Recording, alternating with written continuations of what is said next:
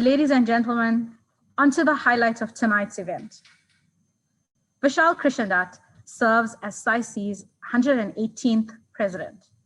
He is a professional civil engineering technologist with over 26 years of experience in construction, local government, academia, and consulting engineering. Vishal holds both a Master of Science in Engineering and an MBA from the University of KwaZulu-Natal. He's the technical director of Neoleti Consulting and based in Durban. With a deep-seated passion for strategy, leadership, diversity, and inclusion, ladies and gentlemen, please help me welcome SAICE President Vishal Krishnadat. Well, thank you very much, Jessica. Really appreciate the introduction. To my fellow SAICE members and all those who have joined us from far and wide, I would like to give you all a warm welcome. And thank you for joining us for this presidential address. Special thanks goes to Macquarie, especially during these trying times. The support is sincerely appreciated, and I'm sure that our partnership will grow from strength to strength. So for today, I'm just going to give you a brief overview of what's going to happen in terms of my presentation. I'm going to try and stick to my time. I've been told that I need to be on time, but yeah. I will look at the overview of the presidential theme, look at gender inclusivity and diversity, touch on the concept of patriarchy, the glass ceiling, look at the exodus of the female engineers from the civil engineering industry, touch on a bit of the inequality of rewards, and look at some strategic aspects in terms of talent acquisition, talent retention, and then we will move on to the inclusivity and diversity strategy. So without further ado, let me move on. In keeping with the SAICE's growing forward strategy, where diversity and inclusivity is one of the areas of growth or pillars, I saw this as a fitting theme for my presidency. I felt that the issue of the advancement of gender, inclusivity, and diversity in the workplace was a topic that I could embrace or relate to, because I've been very passionate about this for many years. This was also an opportunity for me to get more involved in the advocacy and implementation of best practices during my term of office, and hopefully I could contribute more to that. And for this theme, I've coined a phrase, and hopefully it will get some mileage during my presidency. And it's basically gender inclusivity is not about being accepted, it's about being respected. So that is what I've got to say. And just to reiterate that it could be any sort of passion that you have. It could be diversity. It could be anything that you look at. It's all about us showing a mutual respect to one another, and not necessarily seeking acceptance from our peers of society. So when you're looking at gender and inclusivity, yeah, sure. The issue of the subordination of women has long been a burning issue and goes back centuries. And that stems from the term of the concept of patriarchy. The word patriarchy, in fact, literally means the role of the father or the patriarch. And originally, it was used to describe a specific type of male-dominated family. And unfortunately, this is now crept into the workplace.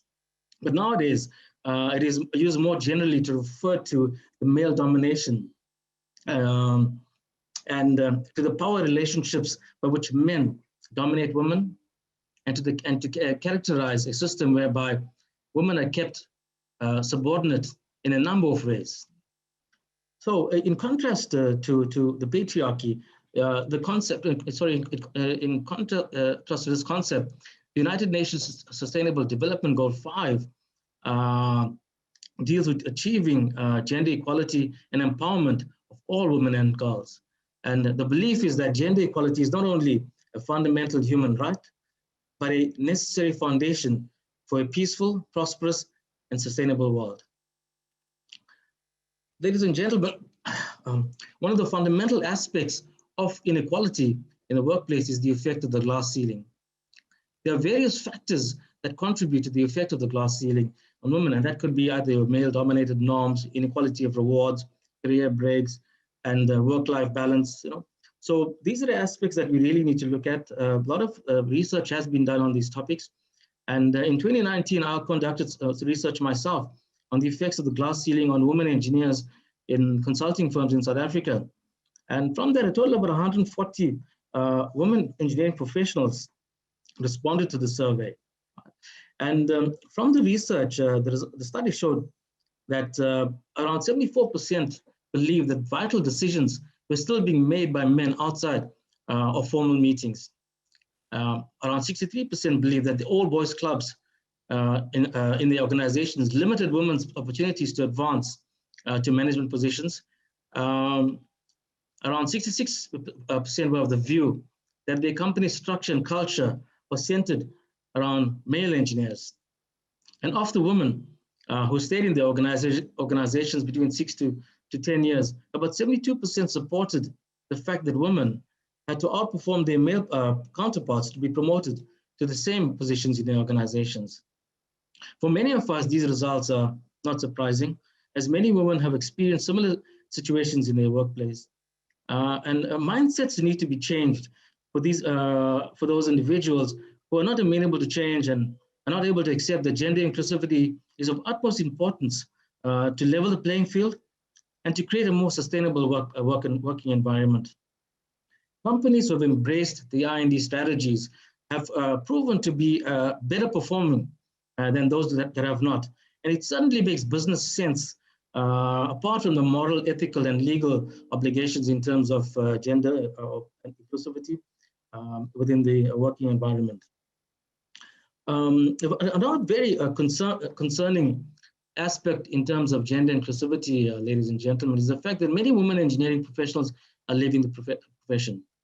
And from recent statistics from the Engineering Council of South Africa, it shows that around 70% of the women who had graduated with engineering degrees left the sector after starting their careers because they felt isolated and really undervalued in their jobs.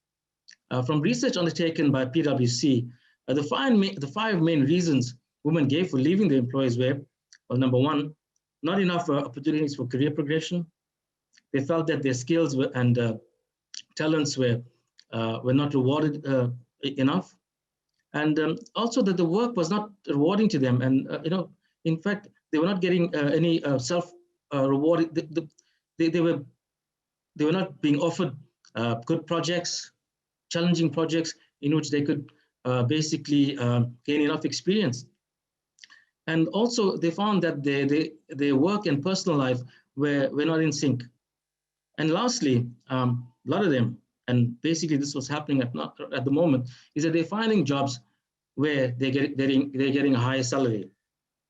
And ladies and gentlemen, for far too long, women had to accept the conditions that they have had in the workplace. And it's no surprise that they are fighting back with valid reasons. And the time has come for women to be recognized for their contributions to the organizations and for the companies to adapt to the changing needs as a whole in order to be successful. Just moving on to that with regard to your inequality of rewards.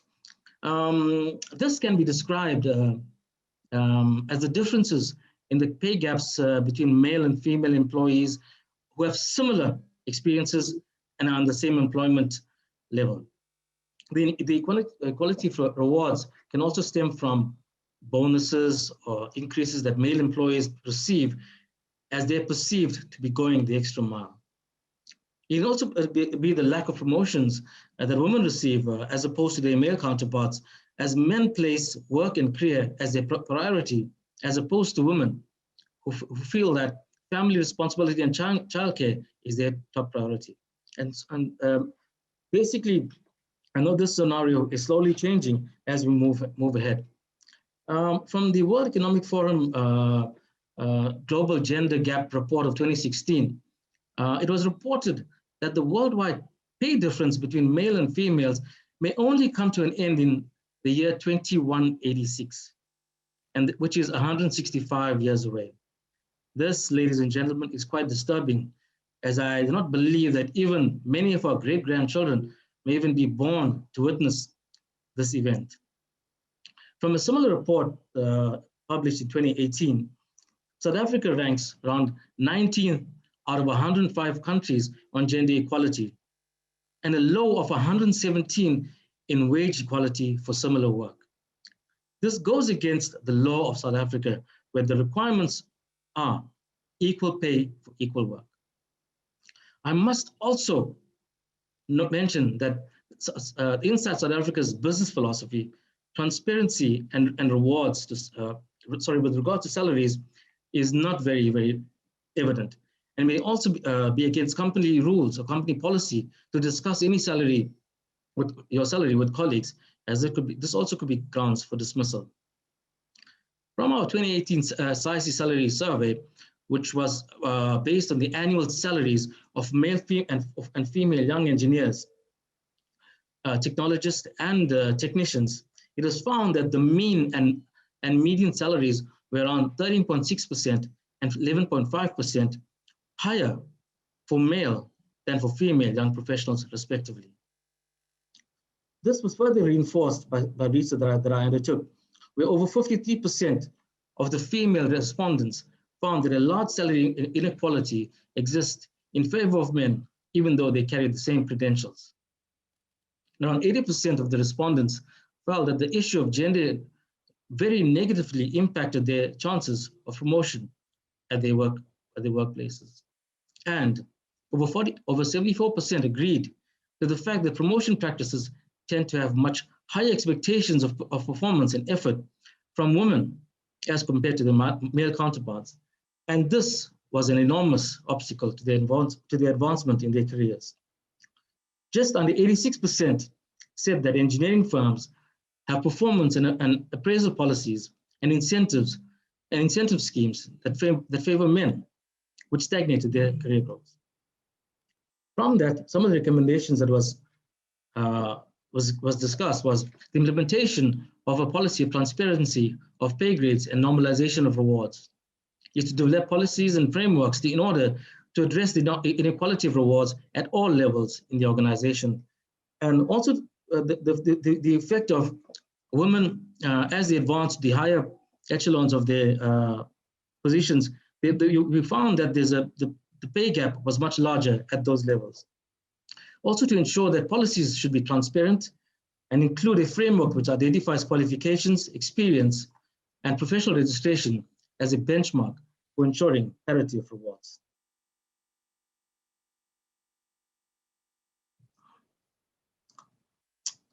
When it comes to talent acquisitions, in order to create a sustainable talent pipeline and be a talent magnet for modern workforce, employees must actively focus on creating and delivering gender-inclusive recruitment. From research undertaken by PricewaterhouseCoopers PwC in 2017, it was found that of the companies that adopted inclusivity and diversity practices, 71% said that these had a positive impact on their recruitment efforts. 39% said that the practices had led to increased levels of female participants, or applicants, should I say.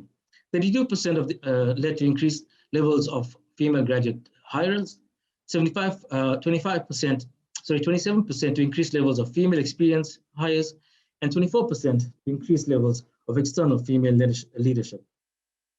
The top 5 practices identified by respondents who said that their diversity policies were having a positive impact on their recruitment are listed.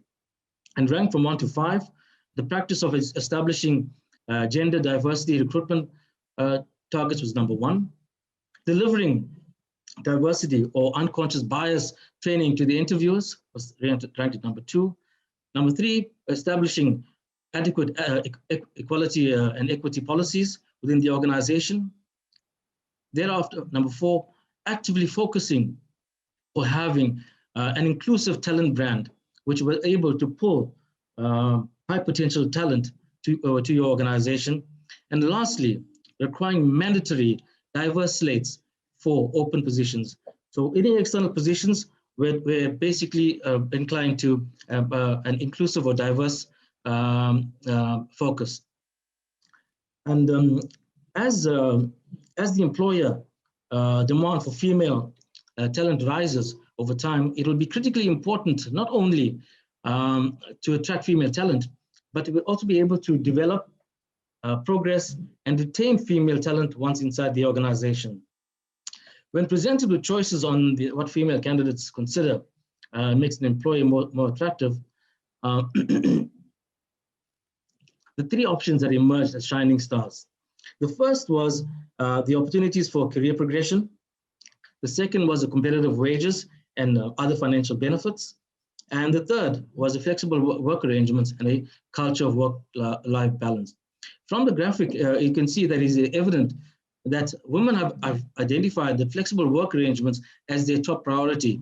If you look at the arrows, and opportunities for career progression as their second choice, leaving the financial aspects of their careers as the third choice. Thank you, ladies. Moving on to the inclusivity and diversity strategy, we can look at 4 initiatives for building a successful I&D strategy.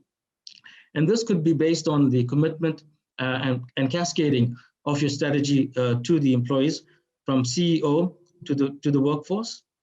You're looking at linking your I&D strategies to your growth strategies, the craft initiative portfolios, and also looking at tailoring for local impact. When you look at the first tier, you want to look at articulating and cascading the CEO's vision to galvanize the organization. For example, you can look at declaring targets for women in various management positions, have resources in place to drive the strategy in each business unit, and perhaps even provide incentives for achieving your I&D goals.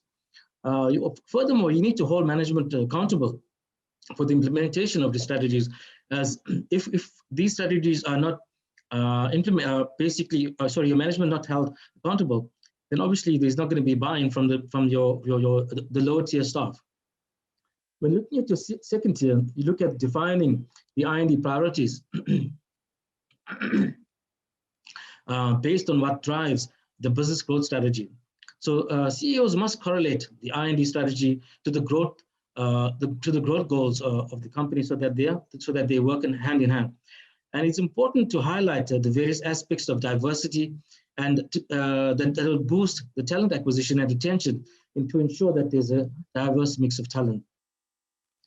Furthermore, if you look at the third tier, you need to craft a targeted portfolio of I&D initiatives to transform the organizations.